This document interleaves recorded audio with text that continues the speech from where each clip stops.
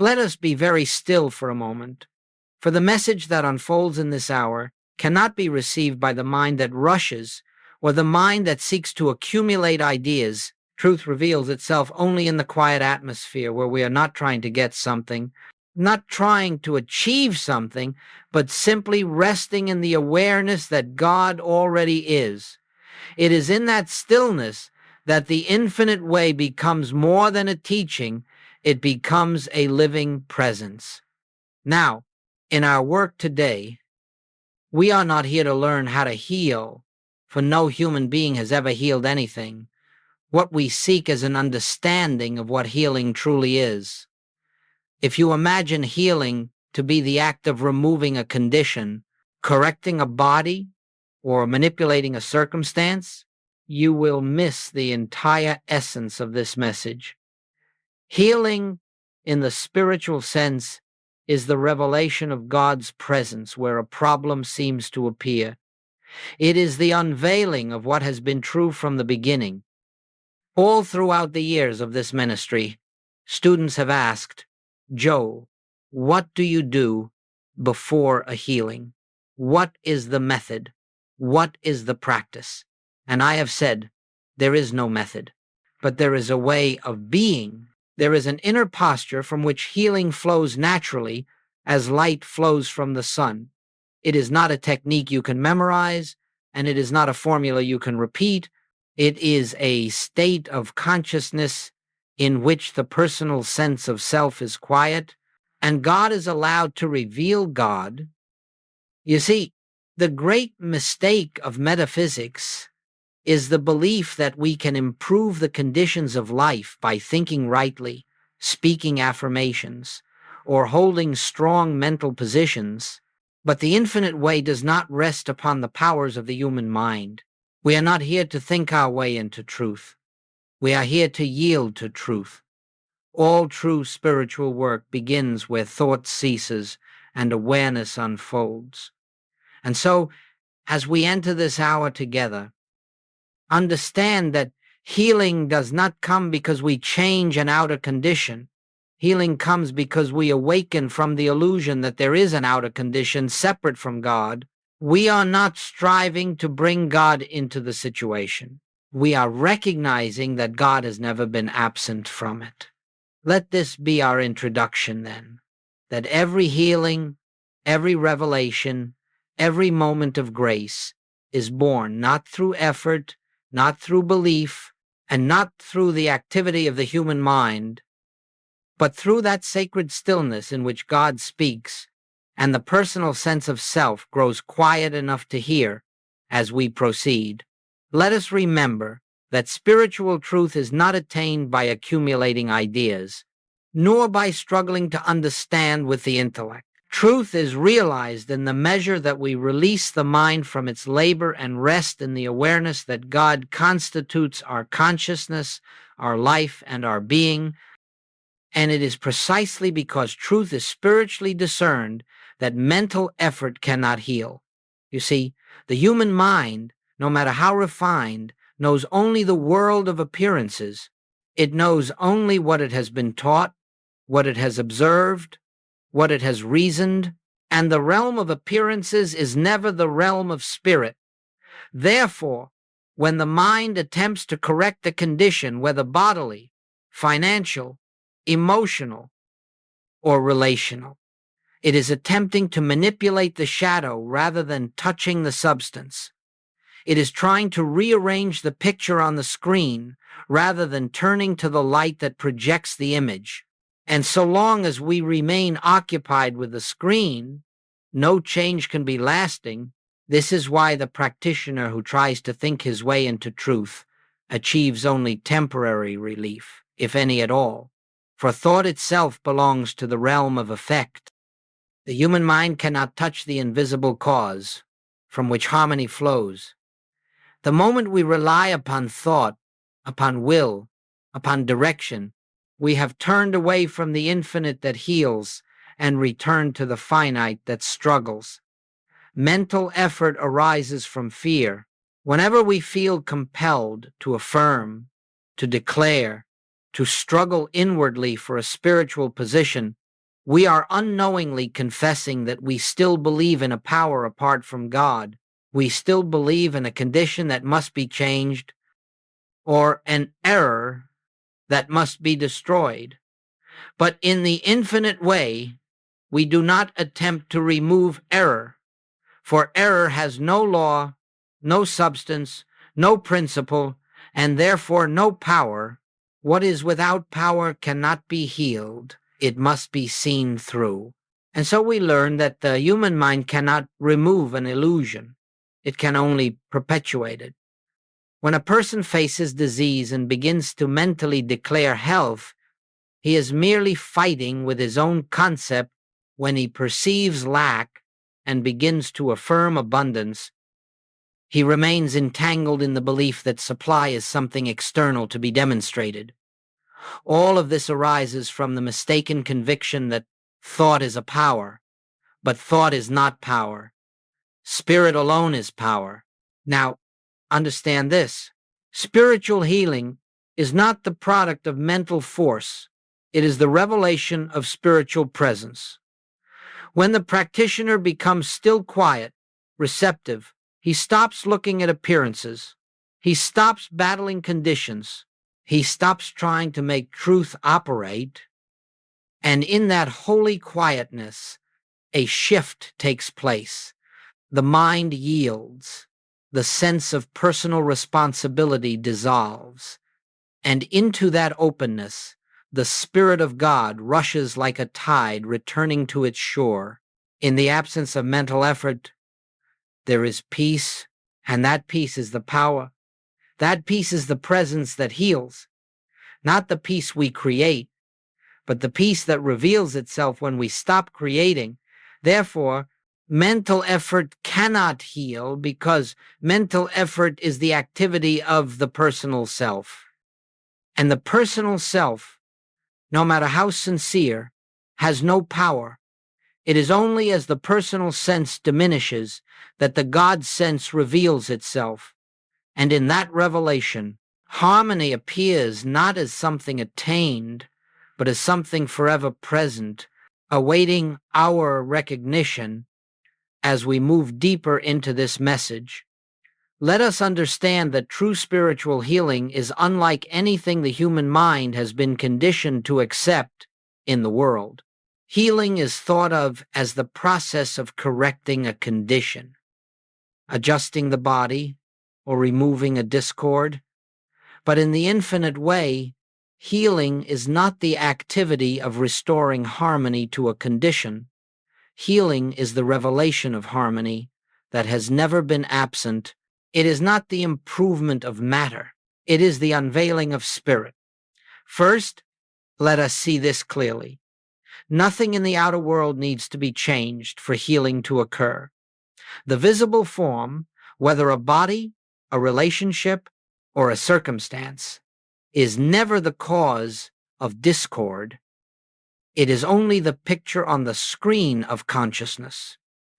And because the picture is but an effect, it possesses no power, no law, no substance of its own. To try to change the picture is to work in the wrong direction entirely. In true healing, we turn from the appearance.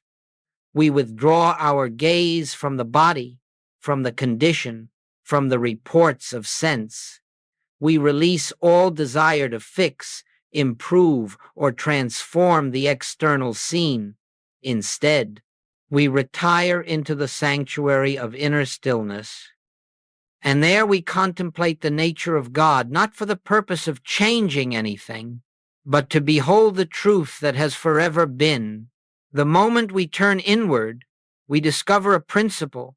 God is the only presence, the only power, the only life. God is not somewhere else, waiting to be invoked. God is not standing apart from the condition, waiting to be brought into it. God is the very substance of being, the essence of every form, the life of every individual. Therefore, to recognize God is to recognize the perfection that is already present behind the appearance. This is why Joel never treated a condition. He never addressed a disease. He never worked on a problem. He turned entirely away from the appearance because he understood that the appearance is not the reality. He did not heal a sick man.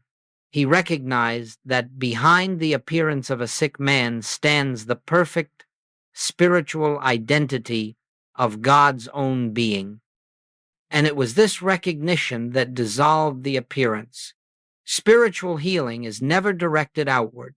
It is the shift within consciousness that reveals the harmony already established in God.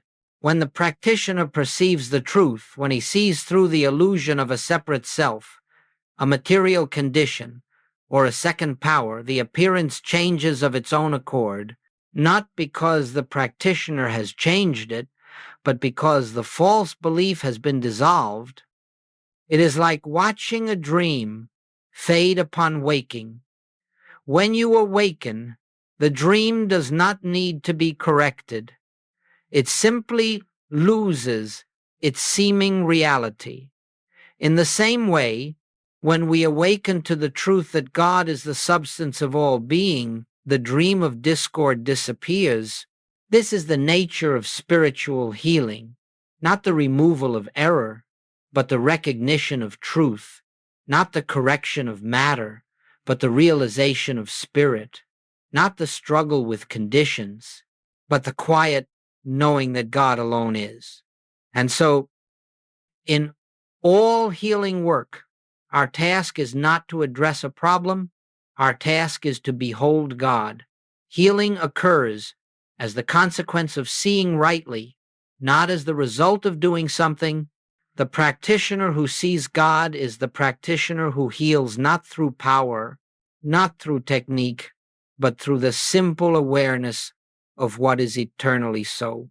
Now we come to the heart of this entire message. For all spiritual healing, all spiritual teaching, all spiritual realization rests upon one simple, sacred practice. The practice of entering the silence, not the silence created by suppressing thought, nor the silence enforced by discipline, but the silence that naturally appears when the personal sense of self becomes still and the presence of God is allowed to reveal itself.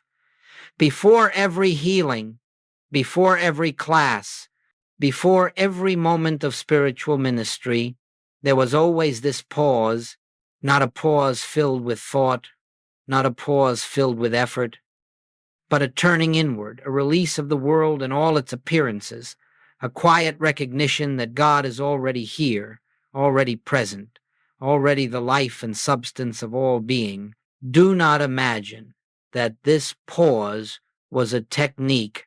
It was not a method to induce healing or to attract divine power. Rather, it was the simple acknowledgement that nothing could be accomplished through human means. In that moment of stillness, the practitioner laid down every burden, every sense of personal responsibility, every belief that he must act, think, or perform. He surrendered the small, anxious self that seeks to fix the world and allowed the infinite to take over.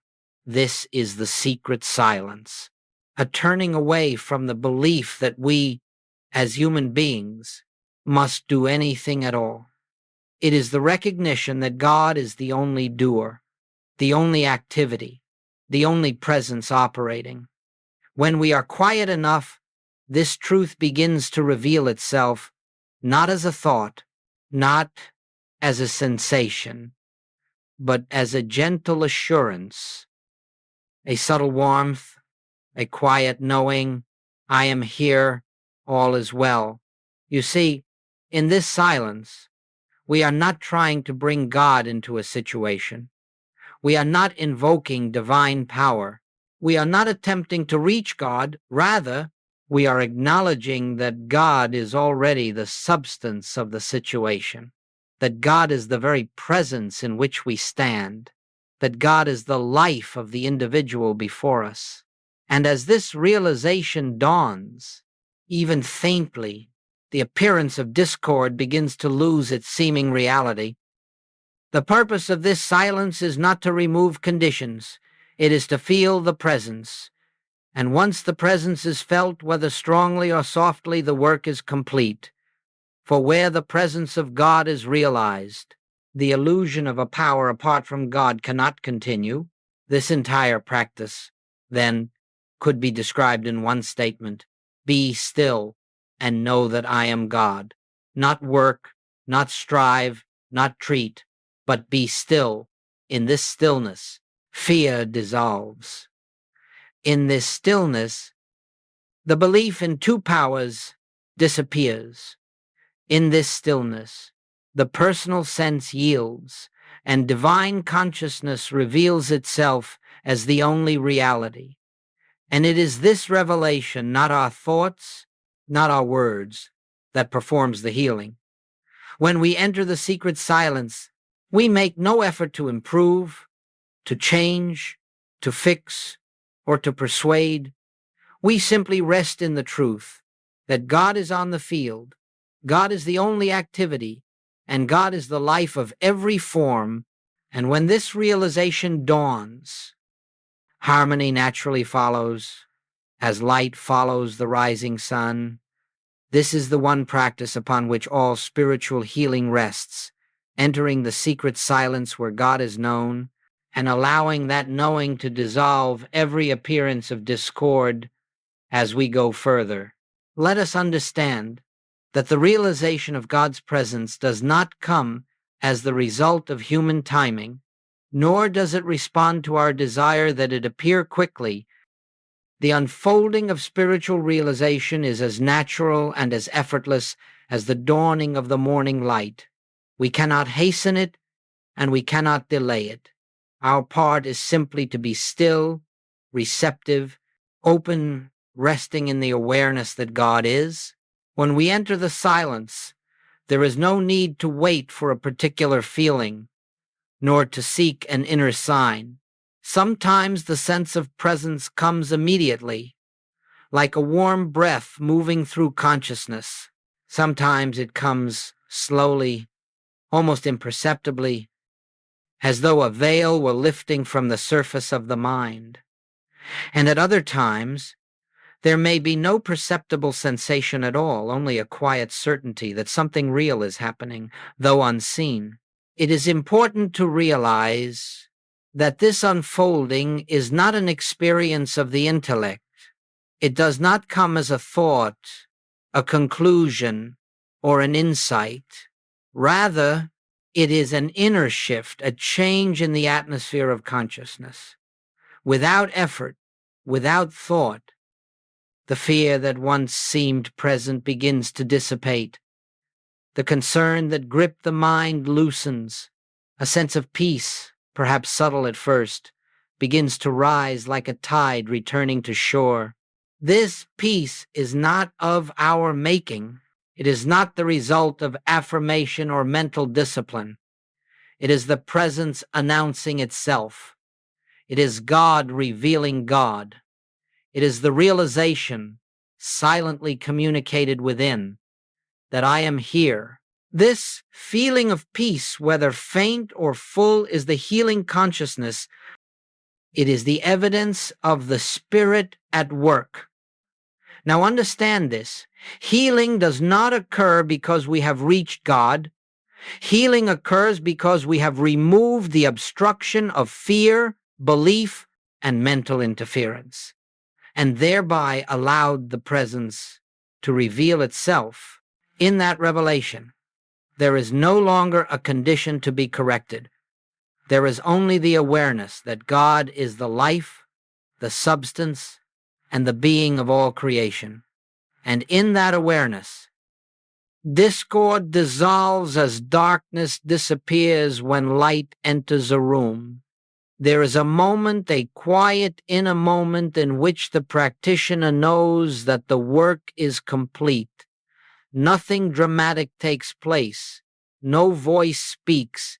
No vision appears. Yet there is a gentle certainty, like the settling of still waters, that the presence has been recognized. And once the presence is recognized, the healing is inevitable. At that moment of release, the practitioner does nothing more. He does not continue thinking. He does not continue praying. He does not attempt to push the healing along. He rests. He leaves the entire situation in the hands of the infinite. For the work is no longer his. The healing has already taken place in consciousness, and the outer form will follow in due time. This is how realization unfolds, quietly, naturally, without strain. It is the flower opening in the morning sun. It is the fruit ripening on the branch. It is the tide rising on the shore. It comes not by effort, but by grace. When the presence is realized, the work is finished. Let us continue now to the reason this simple, silent practice succeeds where all mental effort fails. The power lies not in the practice itself, nor in the one who practices, but in what takes place when the personal sense withdraws and the spiritual presence reveals itself. Healing does not occur because we have achieved stillness. Healing occurs because in stillness we cease to obstruct the activity of God. The first reason this practice succeeds is that God is the only healer. No human mind, no personal will, no effort of thought has ever healed a single condition. When we are quiet enough to relinquish the impulse to think, to affirm, or to direct spiritual power, we make room for the infinite to perform its own work. In that moment of surrender, the activity of God takes over, and where God is active, discord cannot stand. The second reason is that error has no power. All discord, whether sickness, lack, or fear, is not a reality to be overcome. It is a belief without law or substance. When we attempt to correct error, we grant it a power it does not possess. But when we become still and feel the presence, we recognize that error is but an appearance, a shadow without reality, and in the light of truth, shadows disappear of themselves. This practice succeeds because, in the silence, we come face to face with the great principle of the infinite way. There are not two powers. If you approach healing with the belief that there is a condition to be removed, you are still believing in a power apart from God. In stillness, however, we become aware that God is the only power operating in this universe, and the realization of one power dissolves the belief in another. The third reason this practice succeeds is that God is the only cause. All harmony flows from the invisible source within us. When we rest in God's presence, we are dwelling at the point of cause.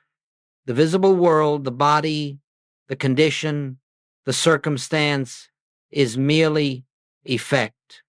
And when cause is realized as God, the effect must reflect that realization. Harmony appears not because we impose it upon the body or the world, but because the body and world are the outward expression of an inward awareness. The fourth reason is this: grace flows where interference ends. Human thought is interference, fear is interference, personal responsibility is interference.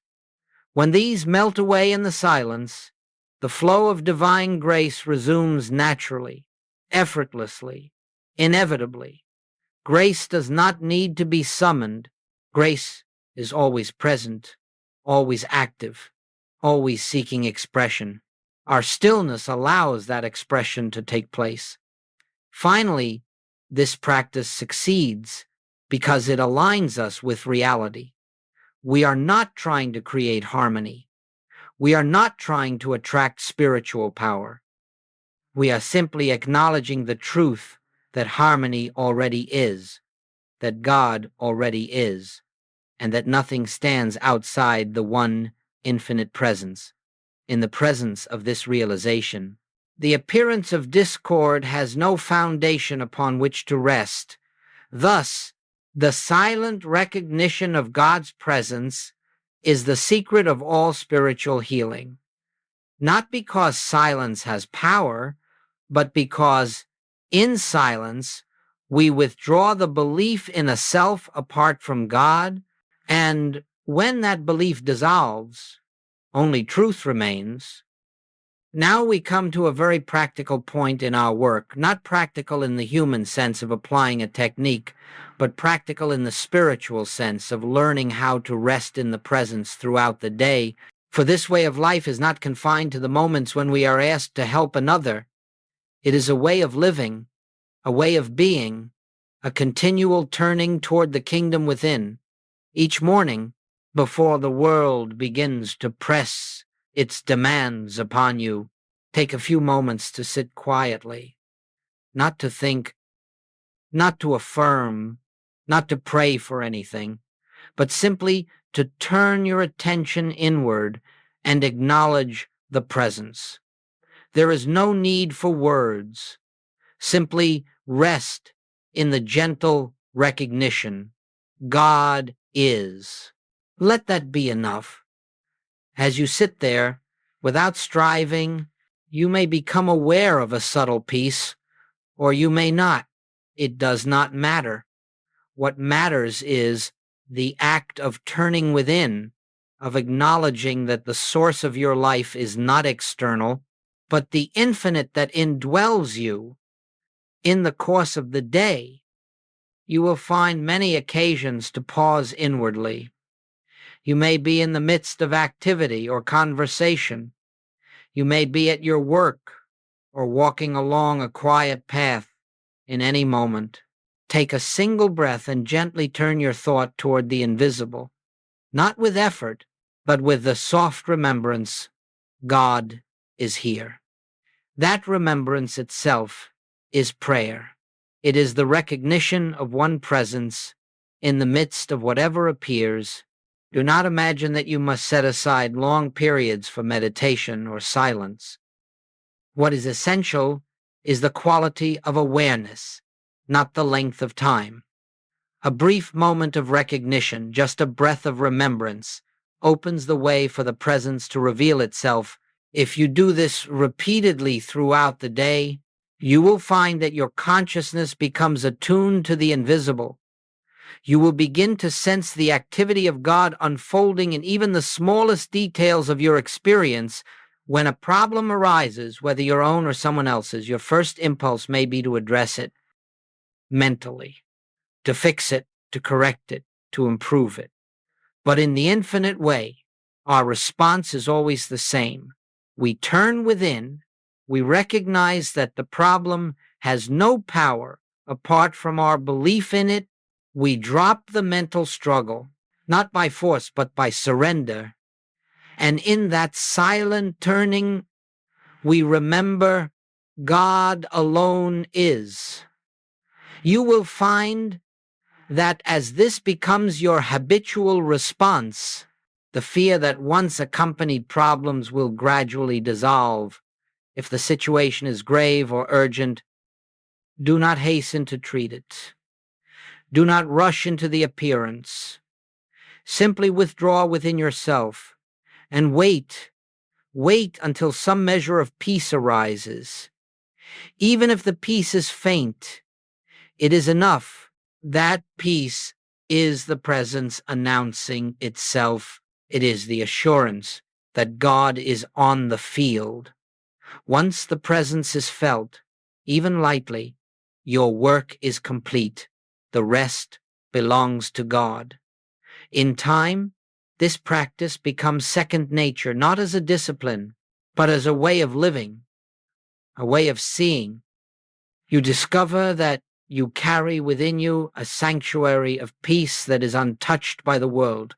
And from that sanctuary, you meet all experiences, not with fear and resistance, but with quiet confidence in the one presence, the one power, the one life, Do not attempt to perfect this practice quickly. Give no thought to success or failure.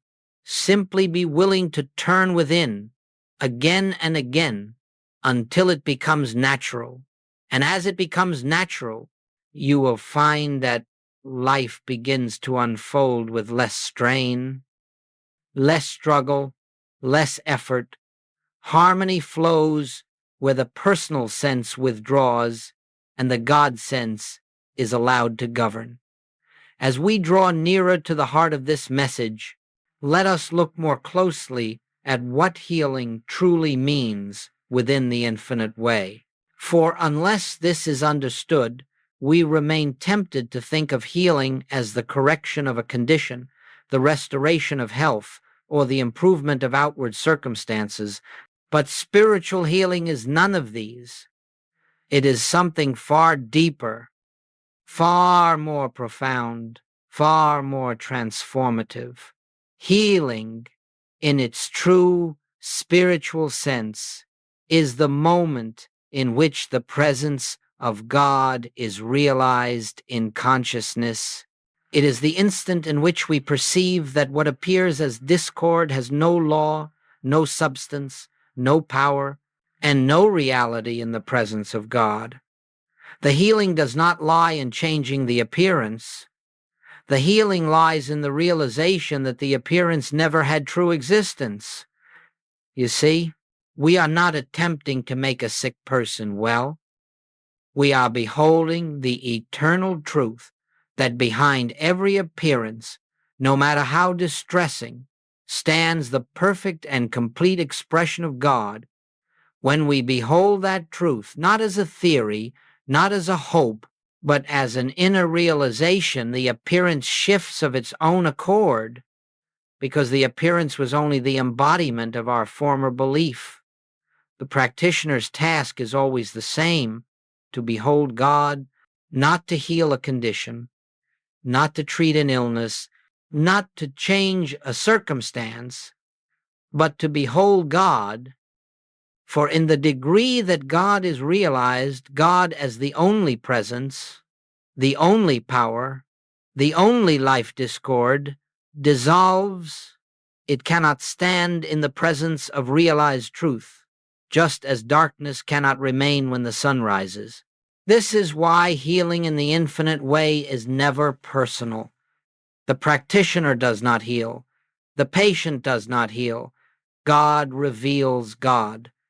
And in that revelation, the illusion of discord evaporates. It is not corrected. It is seen through. What was never created by God cannot endure in the consciousness that knows God. Thus, healing is not an act.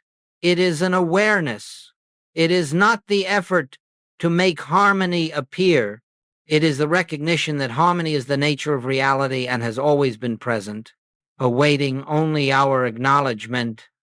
Healing is the lifting of the veil of fear, the veil of belief in two powers, the veil of trust in appearances.